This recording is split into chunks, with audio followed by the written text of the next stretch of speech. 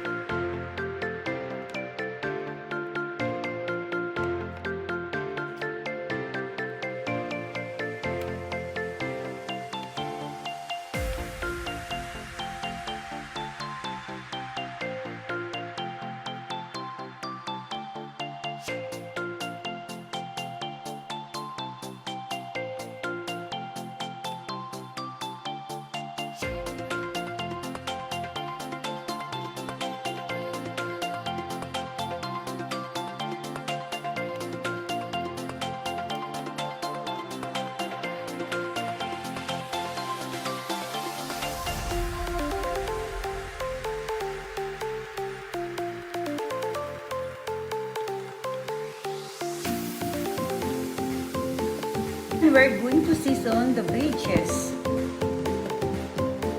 The pepper, a little bit of salt,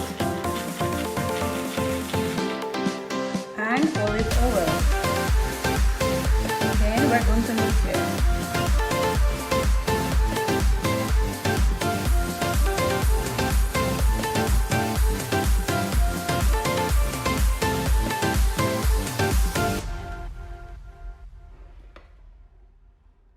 We're going to season the meat.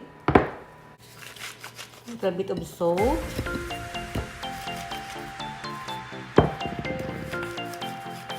Pepper.